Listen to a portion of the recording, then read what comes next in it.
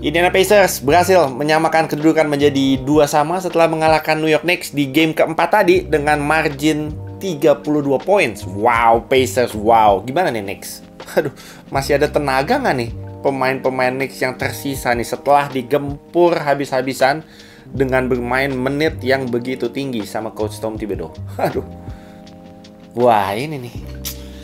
Ini ajaib nih, gila. Ini serigalanya keracunan makan nuggets. Ini diracun apa gimana nih? Aduh, main di kandang 2 game malah beda jauh banget mainnya kayak di game 1 sama game kedua. 2 games main di Target Center, Denver Nuggets berhasil memenangkan 2 game tersebut dan berhasil menyamakan kedudukan menjadi 2-2. Wow. Ini menjadi best of 3 sekarang. Wah, gila men. Popcorn mana popcorn? Congrats juga buat Atlanta Hawks yang di luar dugaan punya chance cuma 3% untuk bisa mendapatkan pick di urutan pertama dan somehow mereka bisa dapat. Congrats buat Atlanta Hawks. Kita juga akan bahas 2 games yang akan dimainkan besok hari Selasa. Ada OKC Thunder melawan Dallas Mavericks dan juga Boston Celtics dan Cleveland Cavaliers. Kalian juga kita prediksi ya. Let's go.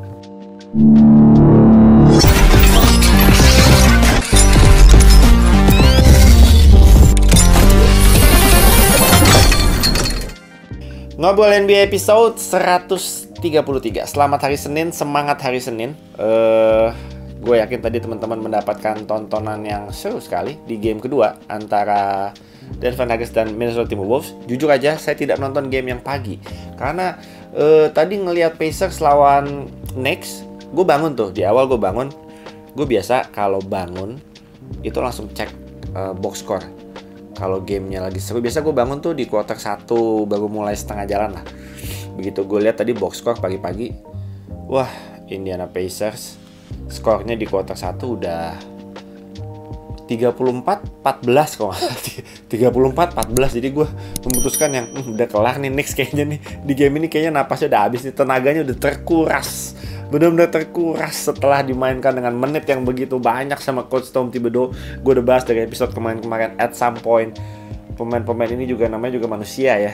Seatlet-atlet pro-nya mereka dengan training yang begitu tetap aja ngap men. Asli ngap. Apalagi pemain-pemain Knicks ini banyak sekali yang cedera ya. Jadi pemain yang tersisa di lapangan menurut gue hari ini tidak terlalu bisa berbuat banyak di game keempat tadi. Pacers sementara gue bahas juga di episode yang kemarin, gue bilang bahwa gak ada alasan buat Pacers untuk gak bisa menang di game tadi dengan materi pemain yang mereka punya dan gak ada yang cedera. Benedict Mathurin cedera udah dari kapan? Udah gak masuk hitungan sebenarnya. Tapi dengan pemain yang masih ada, gue nggak bisa terima kalau sampai Pacers kalah melawan Knicks yang benar-benar short-handed seperti ini. Kalau Knicks full team malah lain cerita. Knicks pasti menurut gue secara kualitas, secara energi, secara hustle dan lain-lain, mereka they're a dog man. New York Knicks ini mentalnya tough, fisiknya tough, mentalnya juga tough gitu. Cuma tough-toughnya mereka kan pasti at some point ngap juga. Coach Tom Thibodeau ini ajaib. Kita bahas ya, coba dari statistik karena gue nggak nonton gamenya dan gue belum sempat ngelihat highlights pertandingannya. Gue tadi seharian meeting sama orang Jepang, jadi baru banget bisa ngecek box score. Tapi tadi yang Nuggets lawan T-Wolves gue nonton, nanti kita bahas. Kalau untuk Pacers lawan New York Knicks, gue bahas dari New York Knicks dulu. Hari ini Jalen Brunson hanya bisa mencetak 18 poin. Starting five semua tidak ada yang double digit kecuali Jalen Brunson. Bahkan Josh Hart aja hanya bisa mencetak 2 poin, 3 rebounds. Kita selalu sudah terbiasa melihat Josh Hart yang rebound itu selalu double digit, tapi hari ini hanya bisa 3 rebounds. DiVincenzo hari ini 7 points dan plus minusnya minus 40. Aduh, berat cuy, nggak ada OG dan lain-lain. Overall tembakannya akurasinya New York Knicks hanya 33,7%, sementara Indiana Pacers itu 56,8%. Nggak bisa kalah bro kalau kayak gini. Apalagi tembakan 3 angkanya, akurasinya Indiana Pacers itu 45,2%. Sementara New York Knicks hanya 18,9%. Jadi dari 2 kategori ini, tembakan akurasi secara keseluruhan plus tembakan akurasi untuk 3 angkanya, kedua tim ini itu cukup jomplangnya jauh sekali. Dari situ aja udah menjadi indikator yang bagus bahwa memang Pacers di game ini mainnya lebih siap, lebih ready. Aku kasih tembakannya bagus. Dan asisnya, secara asis ya, pergerakan bola itu hari ini Pacers 31 assist.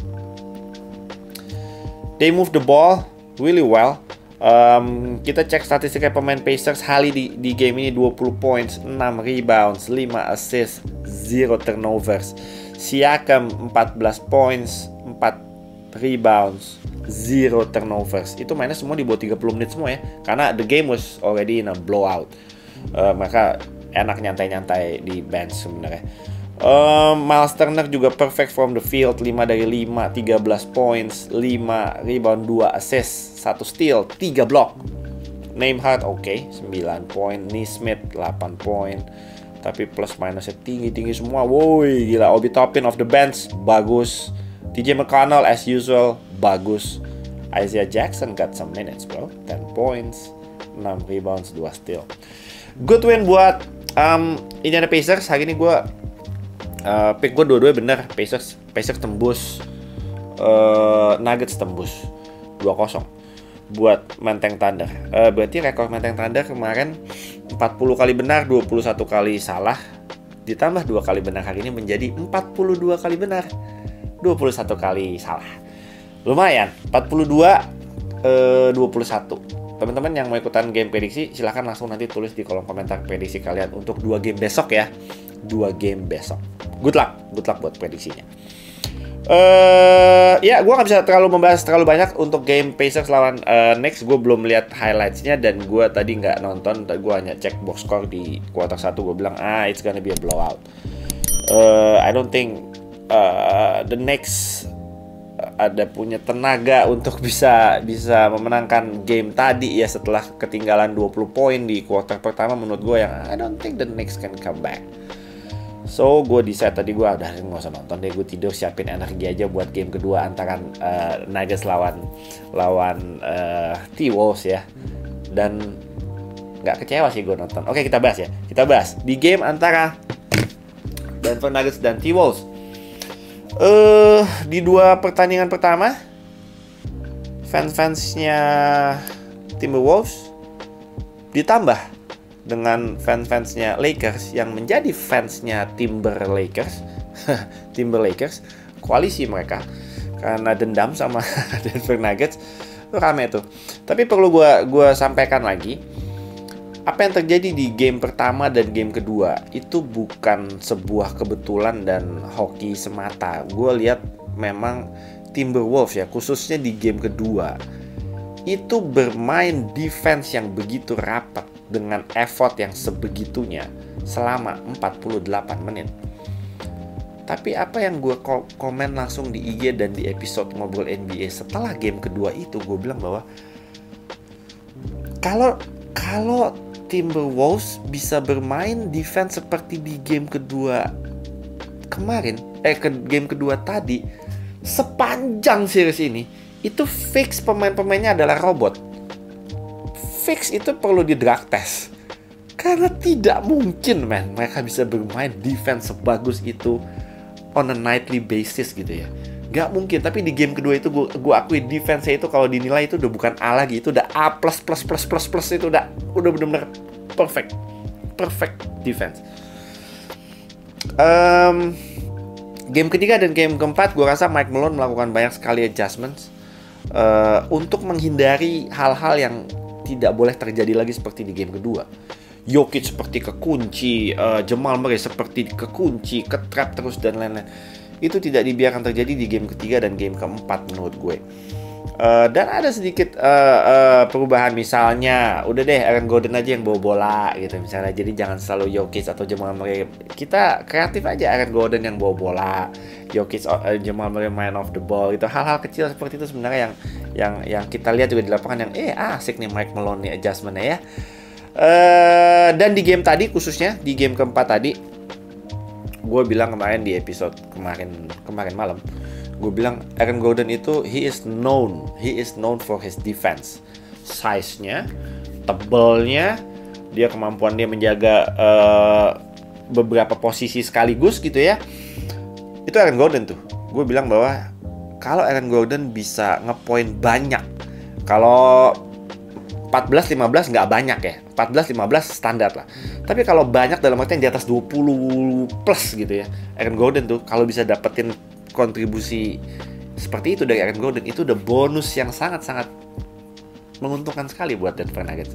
Dan apa yang terjadi di game keempat tadi, Aaron Gordon, ajaib man. Aaron Gordon berapa poin ya tadi? 27, 25, coba bentar ya. Aaron Gordon di game tadi 27.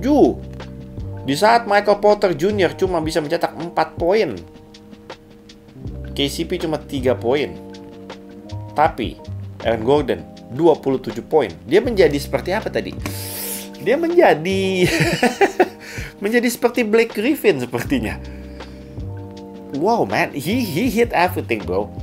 The mid range, the baseline jumper, the elbow jumper, the fadeaway jumper. 3 poinnya berapa jadi?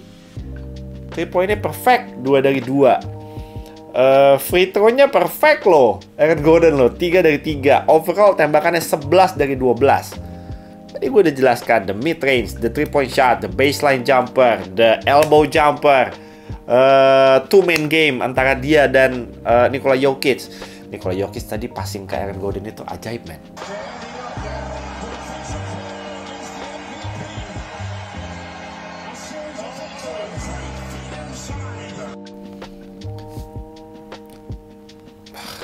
Gue udah gak ngerti man, dia bisa kayak gitu gimana caranya. Udah deh, gue ulang-ulang terus tuh klipnya tuh. Asli gue bayangin, how did he make that pass? Aaron Gordon koneksinya sama Jokic gila man, luar biasa. Itu udah di luar nalar itu. Aaron Gordon was really special malam ini. The putback, dunks, under basket, transition, layups. Wow, he's everywhere. Dia benar-benar dia jagain Cat kan, dia dapat assignment, dia jagain Cat, dia harus bikin mati itu si Cat tuh. Cat. Aduh, Cat di 2 game ini Cat hari ini 13 points, kemarin 14 poin. Hari ini syutingnya Cat itu ya, syutingnya 5 dari 18. 5 dari 18. Dia melakukan foul yang tidak perlu. Sangat-sangat tidak perlu. Sangat-sangat. Tadi ada beberapa momen yang gue sampai yang nonton yang, Cat lo ngapain sih Cat? Grow up Cat. Problemnya Cat ya, Cat dulu sempat punya masalah dengan Jimmy Butler. Dibilang bahwa Jimmy Butler udah capek lah ngurusin bocah kayak Cat gitu, nggak pernah mau bisa grow up gitu loh. Di game 1, game kedua bagus loh Cat. Asli Cat itu salah satu faktor penting di kemenangan T-Wolves di game pertama dan game kedua. Tapi di game tadi terutama ya, I just wish dia lebih smart sih. Skillnya mah gak ada masalah kok. Gue hanya bisa berharap dia lebih smart gitu. Cat itu udah bukan pemain tahun pertama, tahun kedua, tahun ketiga gitu. Dia udah harus di posisi yang I have to be smart. Di setiap possession I have to be smart. Dan Cat menurut gue tadi tidak melakukan itu. Foul yang tidak penting.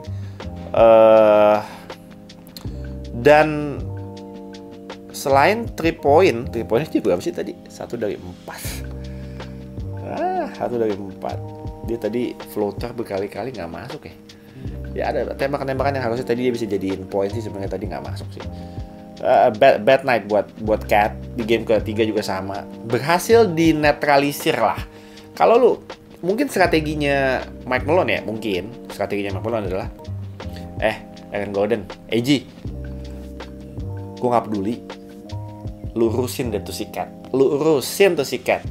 Lu pancing gimana supaya dia bisa pancing dia untuk main ISO. Pancing Cat untuk main ISO deh. Tadi dipancing berkali-kali sama Aaron Gordon, sini lo ISO sama gue gitu. Nggak ngepoint. Dan mungkin strateginya adalah ketika mereka berhasil menetralisir Cat, Minnesota nggak bisa berfungsi maksimal gitu, karena otomatis tinggal Ant-Man sendirian. Asli beneran tinggal Ant-Man sendirian. Gue rasanya tadi mau bilang ke Ant-Man, you're on your own bro. Lu berjuang sendirian bro. Ant-Man, berapa poin dia tadi? 40 lebih kan ya? Ant-Man hari ini 44. Shootingnya 16 dari 25. 64% itu akurasinya.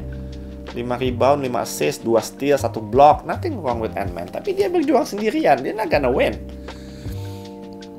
Kalau sejago-jagonya Ant-Man 44 points, kalau yang lainnya Conley 15 points, Cat 13 points, Rudy Gobert 11 poin, dihack terus. He's gonna miss one free throw paling tidak. Dari setiap attempt 2 kali itu bisa dibilang hampir pasti satu kalinya miss tuh Rudy Gobert. Jaden McDaniels 11 points. Semua starternya sebenarnya double digit sih poinnya, tapi terlalu jomplang, man. Ant-Man ini seperti berjuang sendirian. Off the bench nggak dapat apa-apa. Nikhil hanya 2 points, Naz Reid hanya 11 poin. But please, gue coba mau lihat deh kemarin ya.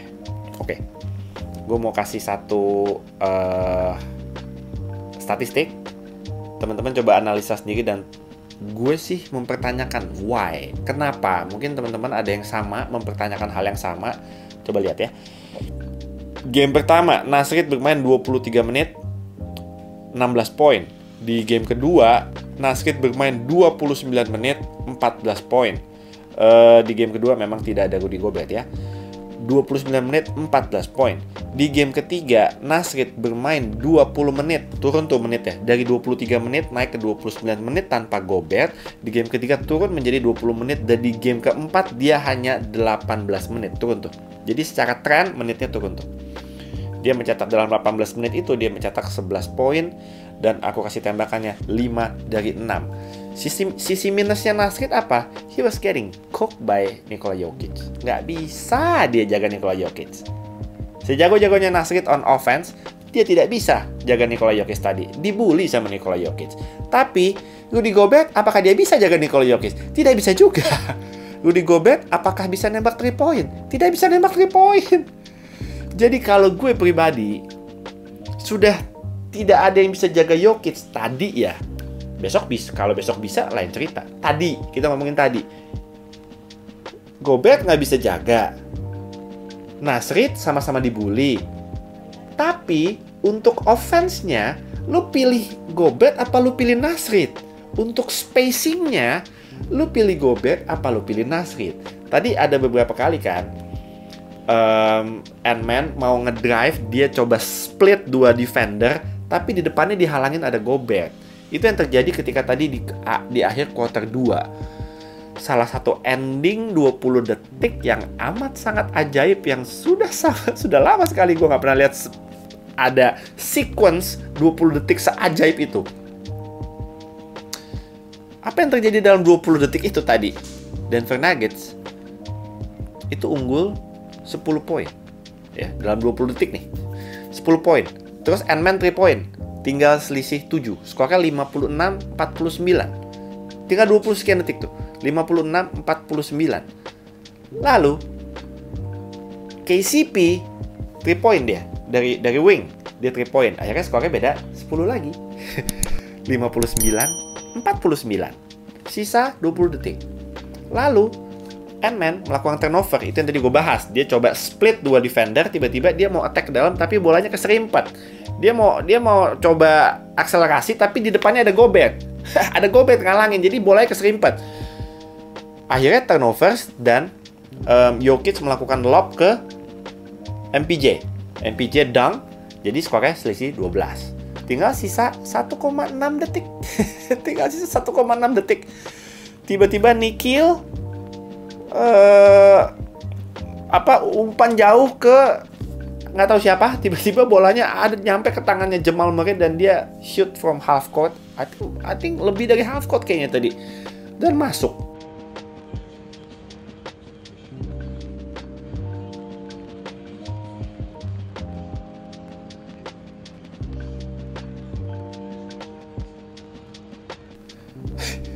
Jadi dari momentumnya Minnesota Timberwolves yang berhasil memperkecil jadi tinggal selisih 7, itu momentumnya udah mau pindah ke Wolves tuh. Dari selisih 7 harusnya jadi tiba-tiba pas halftime selisih 15. Ya udah nggak dapat lagi momentumnya. Selisih 15 itu kayaknya itu benar-benar jadi kunci itu. Aaron Gordon adalah kunci, tapi di ending quarter 2 tadi itu juga kunci. Kunci banget itu buat Nuggets, man. Itu kalau nggak momentumnya udah shift itu ke Minnesota. Wow. Ya itu tadi menitnya Nasrid, gue mempertanyakan why dia nggak dipercaya untuk dapat menit di kuarter 4. Karena he was playing 0 minutes. 0 menit di kuarter 4. Gue nggak tahu kenapa. Ya memang secara defense dia dibully. Cuma paling tidak offense-nya menurut gue dia bisa, he can do something. Dia bisa create something untuk Minnesota Timberwolves. Untuk mencetak dari sisi mencetak poin ya, gue lebih percaya dia daripada Rudy Gobert lah. Ya Rudy Gobert di hack aja tadi, free throw-nya 5 dari 9, di hack aja tuh Rudy Gobert. Ya, sekarang keadaan menjadi 2 sama guys. Gimana itu? Yang bilang Minnesota bakal nge-sweep sudah mulai di-delete-deletein komennya kan ya. Yang bilang Minnesota in 5 sudah mulai di-delete-deletein juga komennya. Yang percaya bahwa Nuggets in 6 itu sudah mulai keluar-keluar lagi. Jadi sekarang sudah mulai kubu-kubuannya sudah mulai pindah nih. Gak apa-apa, itu adalah sudah biasa terjadi di babak playoff. Kita pede ketika Minnesota Timberwolves menang 2 game di kandang Nuggets loh. Tapi apa yang terjadi di 2 game di home game mereka kalah, dilibas. Jadi series ini akan menjadi best of 3 now. Sekarang menjadi best of 3, tersisa 3 games, di mana 2 gamesnya dimainkan di Ball Arena. Nuggets akan bermain 2 kali di home, T-Wolves akan bermain 1 kali di home. Best of 3 melawan defending champion. Ngeri guys, ngeri. Timberwolves, ini Ant-Man masih mau berjuang sendirian apa yang lainnya mau step up kayak di game 1 dan game kedua atau gimana nih? Karena kalau Ant-Man berjuang sendirian, sejago-jagonya dia, T-Wolves-nya nggak akan bisa menang menurut gue. Cat, nah lu gimana lu Cat? Gimana Cat? Gobert. Banyak di roasting sih Gobert. Tadi gue baca di komen-komen di IG banyak bilang bahwa ini Gobert nih Ant-Man ngomong ngacak-ngacak dihalangin mulu sama dia gitu. Ada Gobert itu, Ant-Man-nya nggak bisa ngapa-ngapain. Defense-nya juga dibully juga sama Jokic. Defensive Player of the Year my banyak lah komen-komen gitu, ngeri men. Oh enggak, aduh, era sosmed sekarang tuh kalau orang ngebully tuh ngeri ya. Kayak mereka paham bener gitu soal basket gitu ya, sampai harus ngebully dan ngajarin orang tuh segitunya gitu. Gue sih jauh-jauh deh dari komen-komen yang kayak gitu men, nggak bagus buat kesehatan bro. Let them play. Kalau lu punya saran sih go ahead aja, tapi I think perlu lah sampai nge-roasting sampai segitunya gitu. Keren ya Nuggets ya. Defending champion ini emang ajaib man. Jokic ini mesti dipanas-panasin dulu, mesti di roasting dulu, baru mesti dikasih piala MVP-nya dulu, baru dia serius. Udah mode serius ini Jokic nih.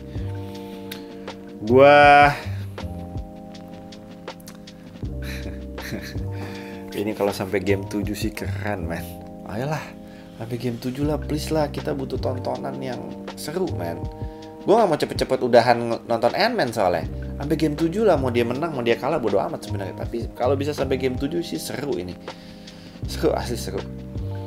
So, congrats buat fans-fansnya Denver yang di 2 game pertama banyak mendapatkan bulian. Sekarang sudah mulai keluar dari goa, dan gue yakin mereka semua yang benar-benar asli fansnya Nuggets ya, yang udah dari dulu fans Nuggets, gue yakin banyak sekali yang kemarin DM ke gue bilang setelah ketinggalan 2-0 mereka banyak yang benar-benar tetap yakin dan optimis bahwa nggak apa-apa, kita bisa balikin keadaan. Gue salut sih sama orang-orang yang kayak gitu, tetap optimis di tengah di tengah bulian orang gitu. Itu benar-benar real fans. Salut guys, keren. Oke, kita lihat apa yang akan terjadi di game ke-5 nanti ya. Pindah ke Denver lo, gimana nih? Oke yuk, kita bahas 2 game besok ya. Sekalian kita prediksi juga. Besok game pertama jam 6 pagi itu adalah game antara Celtics dan Cavs. Game ke-4 Celtics dan Cavs. Masih bermain di kandang Cavs.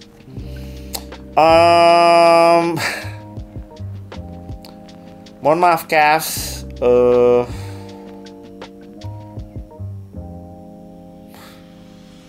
Apa yang bisa membuat gue memilih Cavs ya? Starting five-nya lebih kuat Celtics. Angka-angka menunjukkan kalau Celtics lebih kuat di banyak sekali aspek gitu ya. Untuk game keempat besok, gue tetap akan memilih Boston Celtics untuk bisa memenangkan game keempat besok, unless Donovan Mitchell bisa mendapatkan kontribusi yang bagus dari Darius Garland and Evan Mobley, dan shooter mereka juga nyala tuh, Max Strus. Itu bisa tuh menang tuh Cavs. Tapi kalau Donovan Mitchell sendirian dan yang lainnya nggak bisa produktif, they're not gonna win bro. They're not gonna win. Kesian sih Donovan Mitchell kalau misalnya dia harus sendirian lagi nge-carry tim ini. Yang lain harus benar-benar step up. Kalau semuanya step up, Cavs they have a chance, they have a shot buat menangin game keempat. Tapi gue untuk besok gue I pick the Celtics untuk bisa menang game keempat. Oke, untuk game selanjutnya Thunder and Mavs. Man. Sebagai fans OKC, gue kemarin udah bahas juga di episode kemarin, gue sudah di posisi agak setengah pesimis. Ini si PJ Washington nih, kalau kita nggak bisa punya cara untuk how to stop PJ Washington, let Luka Doncic cook, let Kyrie cook. Udah dua itu, let them cook man. Udah nggak bisa dijaga juga, let them do their thing. Tapi yang lain-lain ini jangan sampai menyala gitu. PJ Washington, the Tim Hardaway Jr., the Josh Green of the world, the Derek Jones Jr., the Gafford, itu jangan sampai bisa ngapa-ngapain gitu. Udah kita fokus sama Luka, Kyrie, udah untouchable itu, mau diapain juga they're gonna cook. Susah. PJ Washington ini X factornya ini mesti gimana? Oke sih bisa mengunci PJ Washington jangan sampai skor 27 poin, 29 poin. Itu belum pakai Kyrie, Luka is gonna get 30, 25. Ya gue harus tetap percaya. Dan sesuai janji gue sebelum series ini mulai, I'm gonna pick the Thunder no matter what. Pengen banget gue memilih Mavs. Tentunya momentumnya ada di Mavs, mereka tetap main di kandang, so logically I have to pick the Mavs. Tapi gue harus menepati janji. Gue akan memilih OKC untuk bisa mencoba bukan untuk bisa menang, untuk bisa mencoba menang di game keempat besok. So game pertama tadi Celtics lawan Cavs, I pick the Celtics. Game kedua I'm just gonna follow my heart, I'm gonna pick the Thunder to win game 4 dan menyamakan series ini menjadi 2-2. Kalau besok match lagi yang menang 3-1, menurut gue it's over. Selesai buat OKC Thunder. See you next season. See you next season. Oke, segitu aja. Good luck buat ke fans-fans dari keempat tim yang akan bertanding besok ya. OKC, Mavs, ada Celtics dan juga ada Cavs. Teman-teman yang mau ikutan prediksi jangan lupa langsung aja gas di kolom komentar. Jangan lupa ikutan jawabnya, template jawabannya ikutin komentar seperti yang gue pin di kolom komen. Yang punya opini membahas tentang game-game yang tadi baru aja dimainkan, Pacers lawan Knicks, Nuggets lawan T-Wolves, silahkan langsung juga gas di kolom komentar dan pisahin aja komennya sama prediksi kalian untuk game besok ya. Oke, Nico, thank you Nico untuk udah bantuin gue terus. Kita udah setengah jalan nih, let's go. Kita let's finish strong, setengah jalan lagi ya. Oke, thank you guys for watching episode 133. Kita ketemu lagi besok di episode 134.